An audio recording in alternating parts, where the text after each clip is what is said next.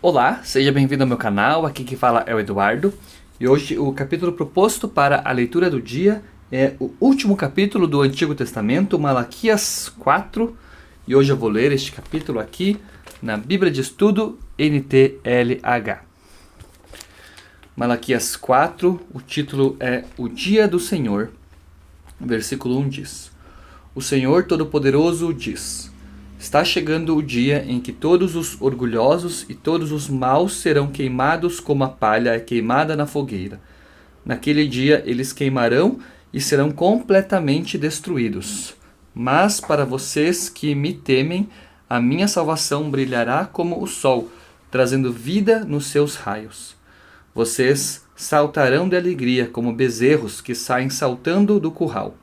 Naquele dia que estou preparando, vocês pisarão os maus como se eles fossem o pó da rua. Lembrem da lei do meu servo Moisés, de todos os mandamentos e ensinamentos que eu dei a ele no Monte Sinai, para todo o povo de Israel obedecer.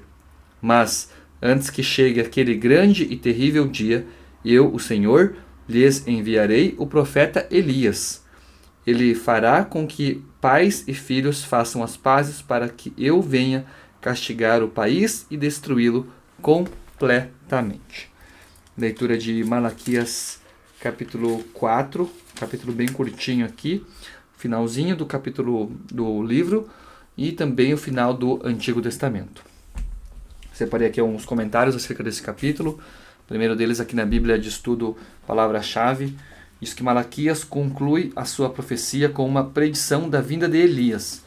É preciso entender que Malaquias 3:1 é explicitamente citado em o Novo Testamento como uma referência direta a João Batista, e ele certamente ministrava quando Jesus veio ao seu templo.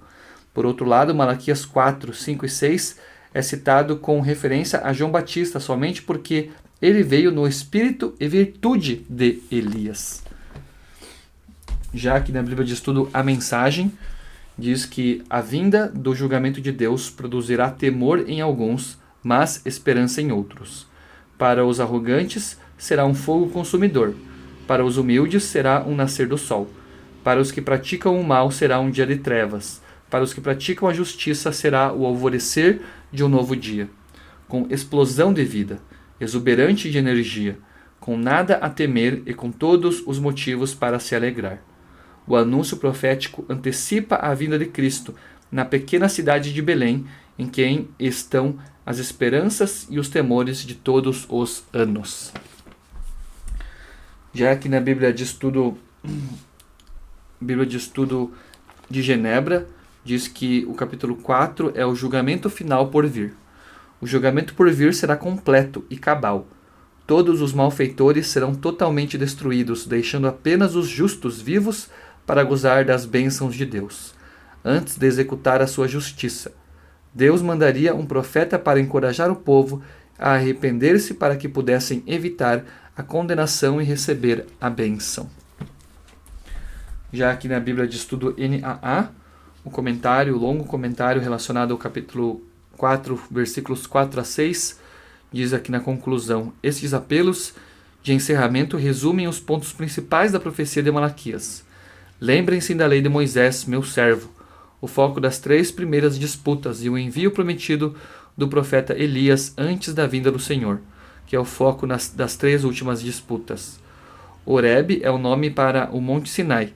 A própria profunda dependência de Malaquias da lei de Moisés e muitas alusões aos textos do Pentateuco preparam o leitor para o clímax da primeira acusação. Na segunda acusação, a razão para a identificação do profeta que está vindo como Elias é menos óbvia. Talvez a necessidade de um ministério como o de Elias foi sugerida por uma longa estiagem.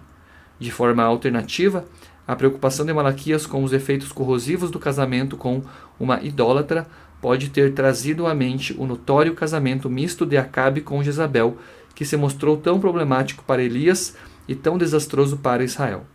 Sem dúvida, Malaquias teria apreciado um desafio como o de Elias à transigência e complacência religiosa. Parece mais provável, todavia, que Malaquias reconheceu que de todos os profetas do Antigo Testamento, Elias melhor se encaixa no retrato do profeta messiânico como Moisés, predito em Deuteronômio 18:15 e 34:10-12.